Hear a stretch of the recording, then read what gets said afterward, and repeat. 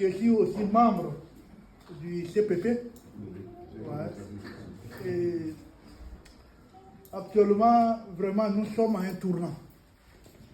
Et je pense que nous devons être conscients de ce qui nous attend. Notre pays est arrivé à un tournant décisif. Soit le ministre a eu l'occasion de le dresser, soit on conquit, on se bat pour récupérer notre pays, ou bien notre pays nous échappe. Il n'y a pas d'alternative.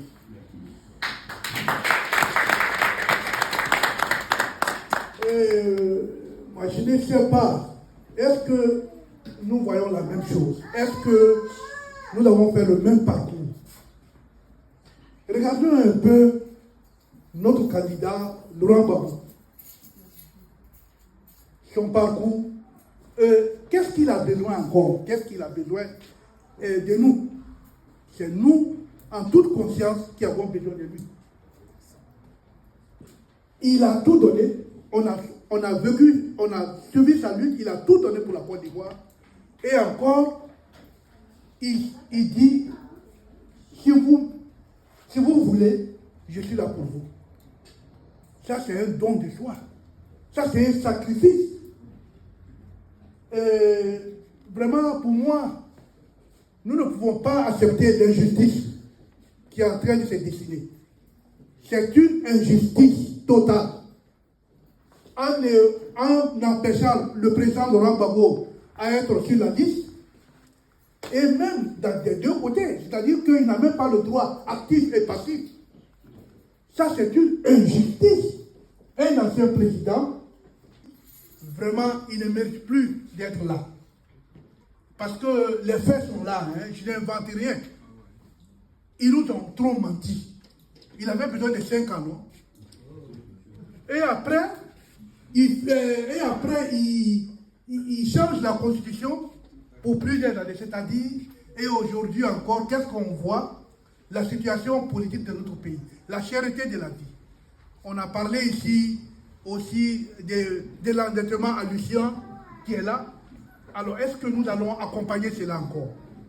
Je pense qu'il est temps, chers camarades, surtout en Allemagne, vous savez, beaucoup étaient à côté de moi, nous avons fait une histoire ensemble, et répétons cette histoire. L'Allemagne a été, dans les élections en 2010,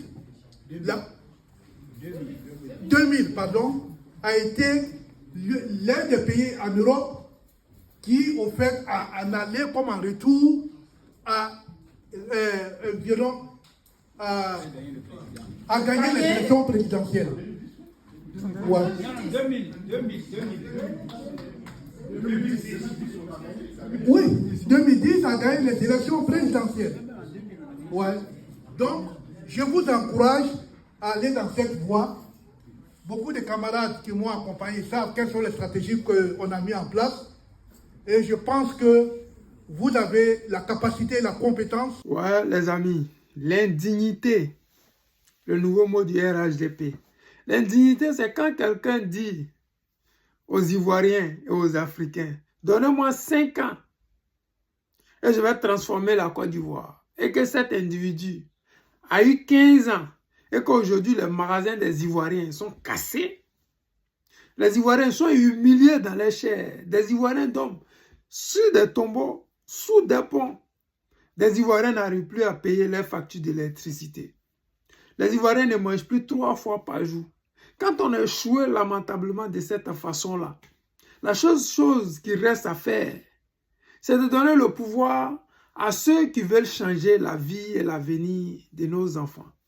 Et cette personne-là, c'est le guide président Laurent Gbagbo. Il est venu avec le pays divisé en deux, pour ne pas dire une partie du pays occupée par la France-Afrique qui était gérée par Jacques Chirac, après c'était Sarkozy, et puis Alassane Draman Ouattara qui s'est prêté à ce jeu-là, pour ne pas dire Soro Guillaume qui s'est prêté à ce jeu-là. Ces personnes-là, ils ont déstabilisé le pouvoir du guide président Laurent Gbagbo. Ils ont mis entre guillemets l'avenir des Ivoiriens, Le président Laurent Gbagbo, avec la moitié du pays, a fait une croissance de plus 3.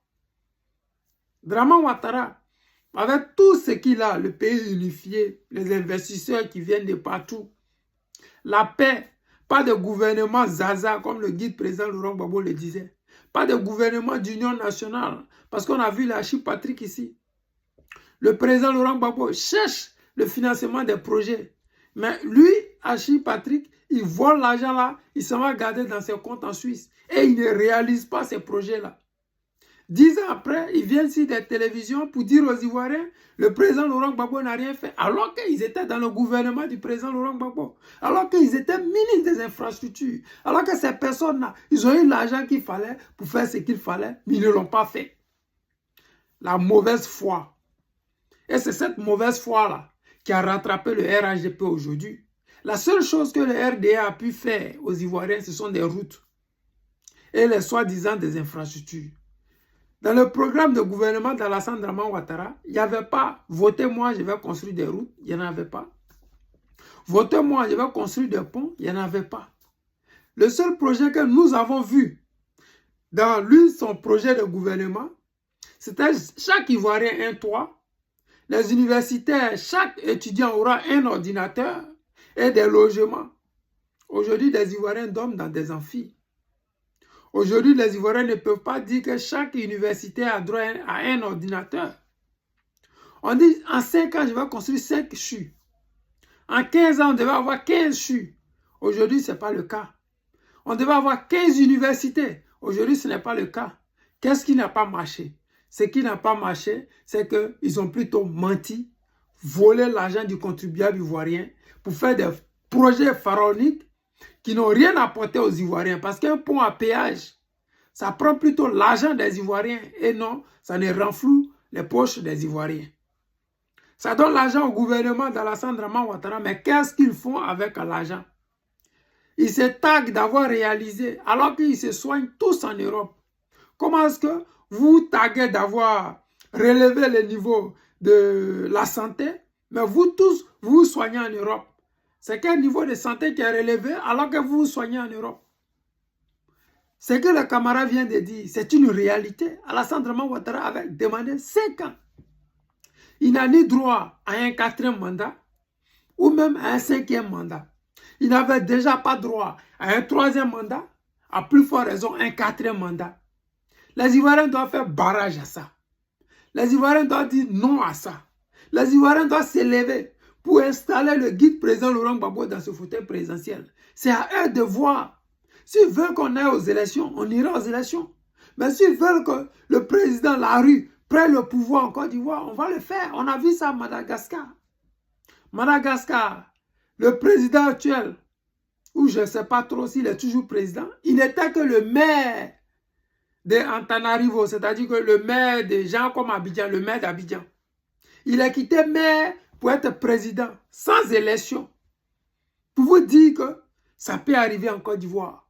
On peut le faire et on va le faire. C'est une question de temps, de stratégie et de volonté. Les Ivoiriens ont cette volonté-là. J'ai cette volonté-là. Le guide président Laurent Gbagbo s'est déjà porté volontaire. Il reste seulement que le temps. Et nous avons ce temps-là. Eux ont la montre, mais nous avons le temps. Les amis, c'est le président Lota, l'ami des dirigeants qui se respectent. Je vous aime et je vous dis à tout à l'heure.